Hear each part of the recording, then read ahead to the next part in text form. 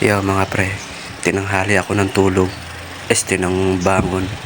Ay, tinanghali ako ng gising. So ngayon, pabalik ako ng sa Pasay. Sana matuloy na yung biyahe namin pa Aklan. Dahil sa bagyo na stranded kami itong linggo, kahapon. Yo.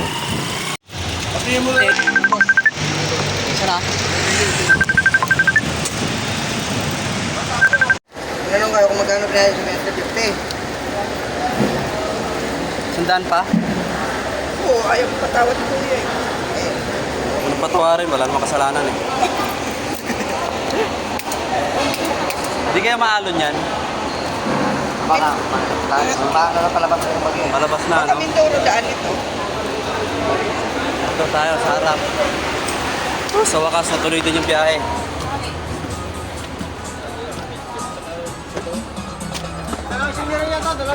Dito na kayo, Nay.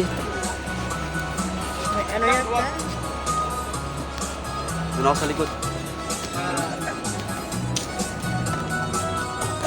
Yo mga pre, ngayon tuloy na yung biyahe namin. Makakaalis na kami dahil wala na raw yung bagyo.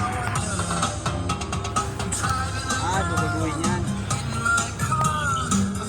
Yan mga pre, dito na kami ngayon sa Alabang.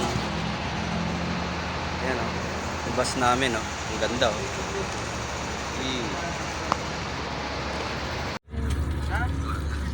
Idol! Yo mga pre, dito kami ngayon sa may kantin. Yo, ito, dito kami kakain. Meron palang kainan dito, stopover. Yan mga pre, dito kami ngayon sa Batangas. Ayan o. Parating lang namin. Tapos na rin kami kumain. Yan. Ayan si Auntie. Si Mudra.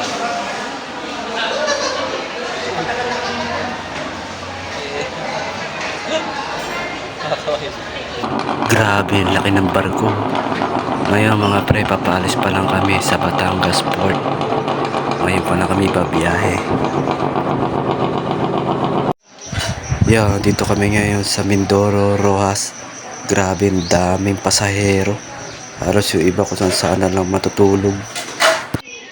Yo, stranded pa rin kami dito mga pre. Kasi ang daming tao, ang daming pasahero, wala namang barko.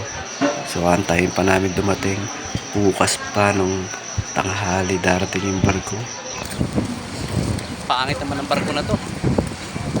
Kaya mga pre, sakay na kami ng barko. Bali alas 11 na ng tanghali.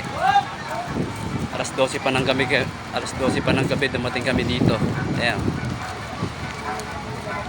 Magdamag kaming na-stranded. Alas 12 na kami dapat ng taon. Oo. Alas 12 na kami. Pagkat 24 oras. 24 oras ang biyahe natin. Parang 3 araw tayong bumiyahe ah. Mula nung linggo ah. Oo. Masayo po. Cancer. Grabe, mukhang ulan po. Uy, umulan na.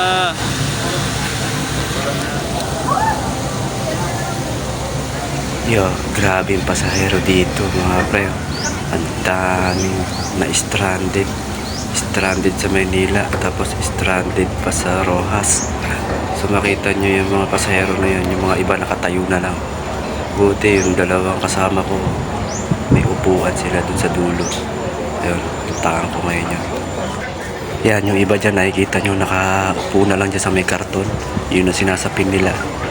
So naubusan din ng karton yung dito sa may kantin. So yung iba hindi talaga makaupo.